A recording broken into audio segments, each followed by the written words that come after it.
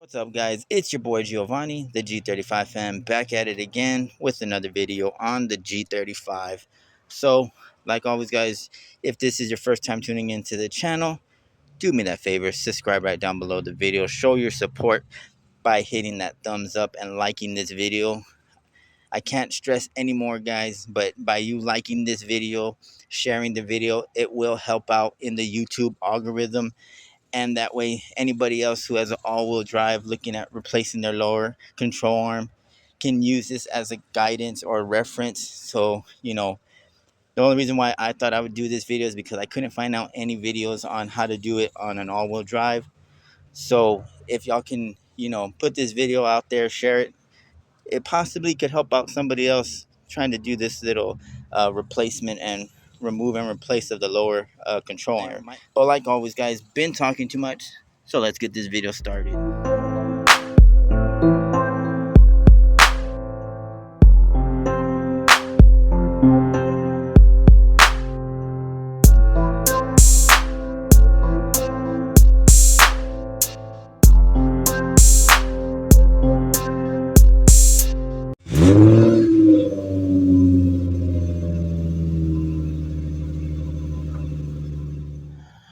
Alright, guys, so before I show you what tools you're going to need to complete this project, let me show y'all the control arm that I'm going to be replacing.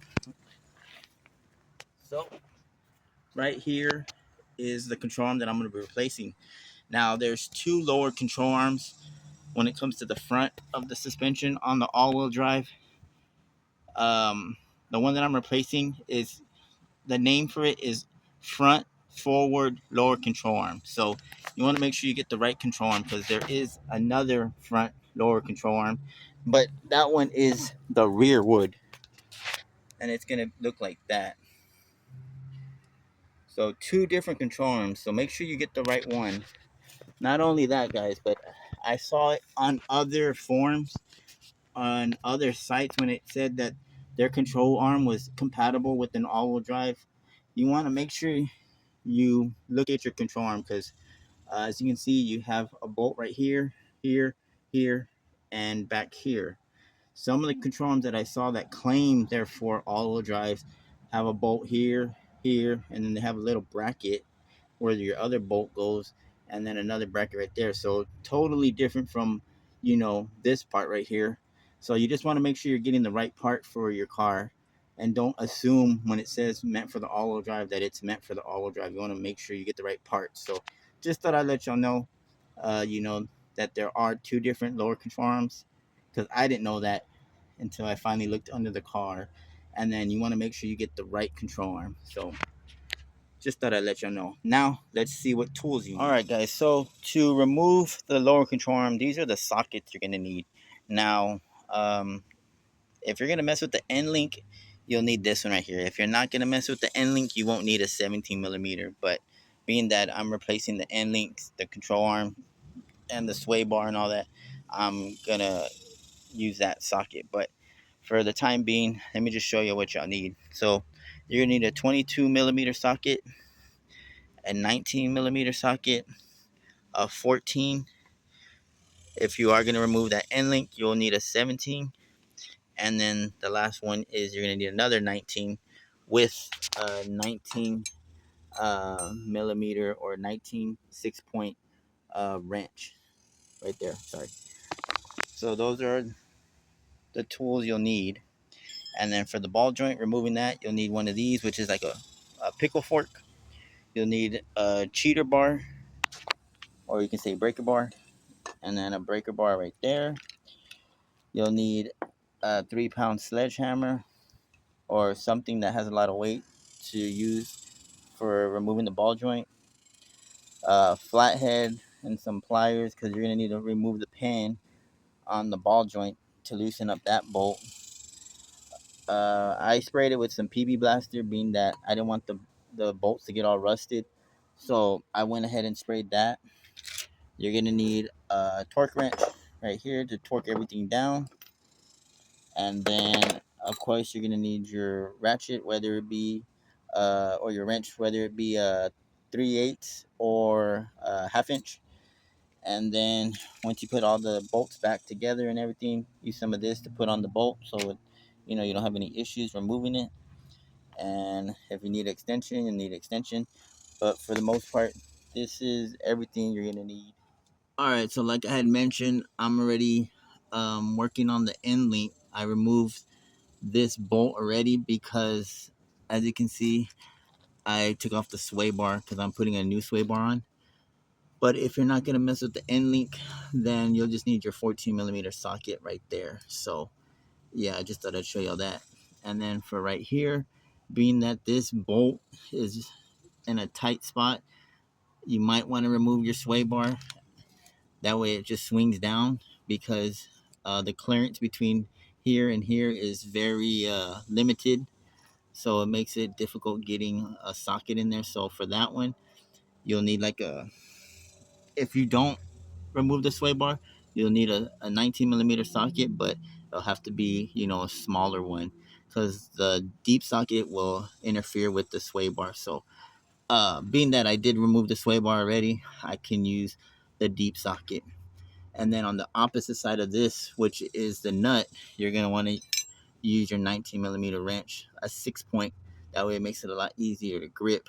So that's for that. And then the ball joint right here, you're going to have to remove the pin, and then you'll use your 20mm socket. And that one, you're going to use like a cheater bar and all that. But you'll be very careful with that. And then that's pretty much it. And then on this side, your 19mm. So yeah, let's get this lower control arm removed and install the new one. All right, guys, so the first thing you want to do is remove this pin. Use a flathead. If you're gonna go ahead and replace your ball joint, it should give you a new pin, so you won't really have to keep this pin. But being that I'm not replacing it, I want to make sure I don't break it.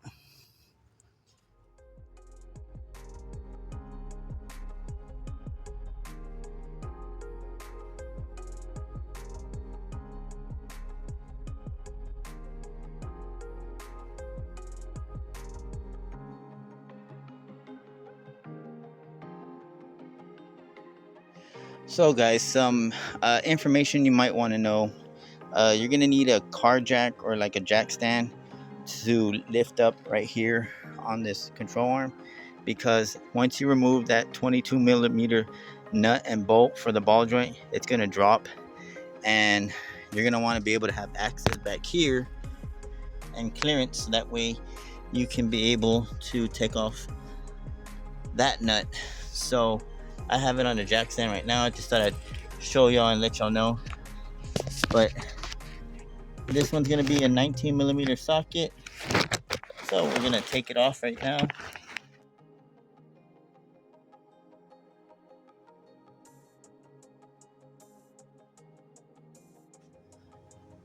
All right, guys, so once you have that bolt removed, being that the new control arm that I have has this stabilizer bar already on it, but for the demonstration, I'm going to show you how to remove it. That way, you know how to do that and use the pickle fork. That way you can get the end link off of the front part where the nut's at. So let me show you how to do that. So with your 14mm socket, I'm gonna put it right there.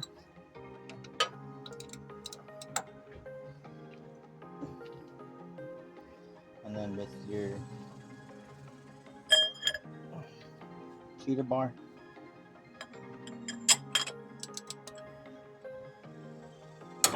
then break it off.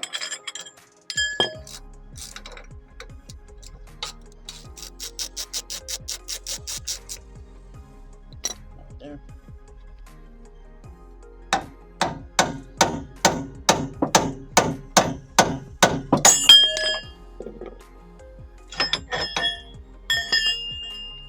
There you go.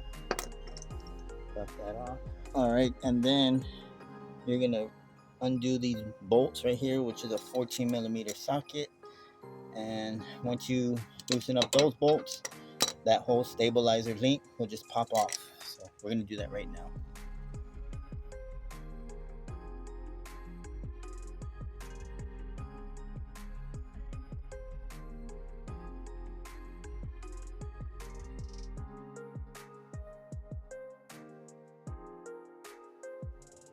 So guys, that's how you remove your stabilizer link.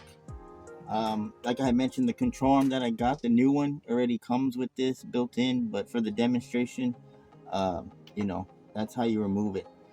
So the last part is going to be using your 19mm wrench and your cheater bar with a 19mm socket to pretty much remove this nut. Now it is kind of tricky, but you want to make sure you put pressure on here, and then on the other end with your cheater bar, you want to make sure you have the socket right on the bolt, because you do not want to strip it. And then this is how it looks on the other side with your 19mm deep socket. You got it right there on the bolt. And like I had mentioned, if you have your sway bar right here in the way, you might want to loosen up these two bolts. That way you'll have a lot more leverage when it comes to maneuvering it. So you want to make sure you put pressure on your wrench, and then just do it at the same time, so that way it's not just turning and turning. Another thing before I start loosening up that bolt, it'll make it a lot easier, guys, is if you put your wrench like in this position, so that way when it starts turning, it goes up and hits this piece right here, and it stops it from this nut from turning.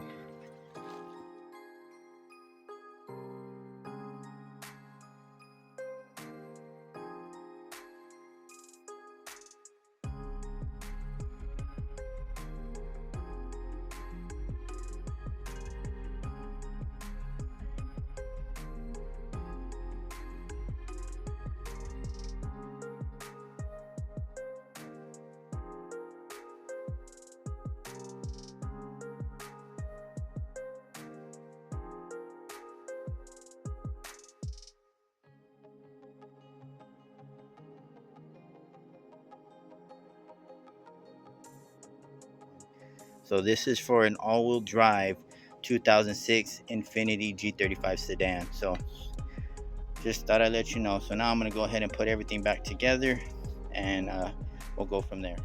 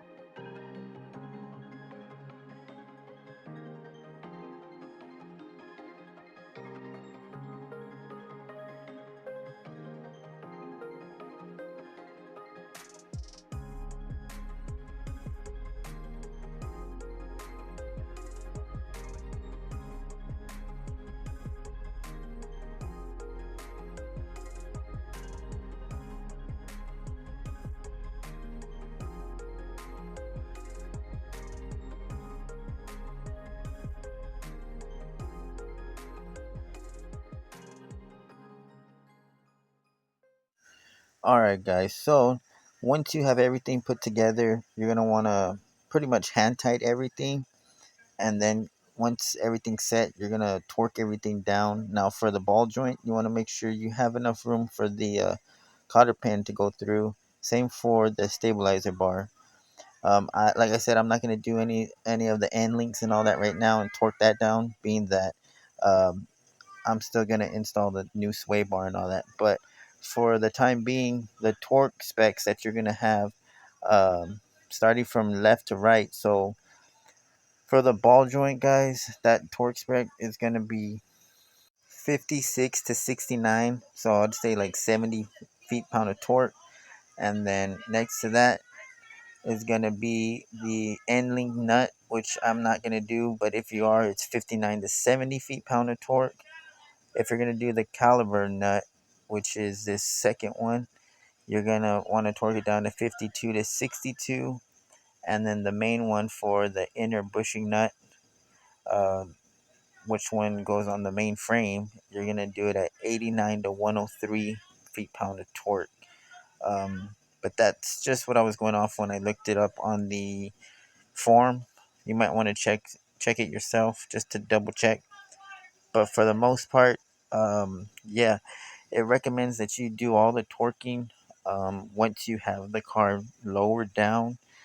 But I'm just gonna do it while the car is up, being that I can't get too much of a leverage, being that the car's so low. So I'll probably just lower it just enough where I'm able to get the wrench in there to torque it down and go from there. But the whole purpose of this video was just kind of just to give you guidelines on the steps that I took, what type of control arms you're using, the differences, and pretty much what tools I use. So let me know in the comments down below what you think. Make sure you hit that thumbs up, and I'll see you on the next one.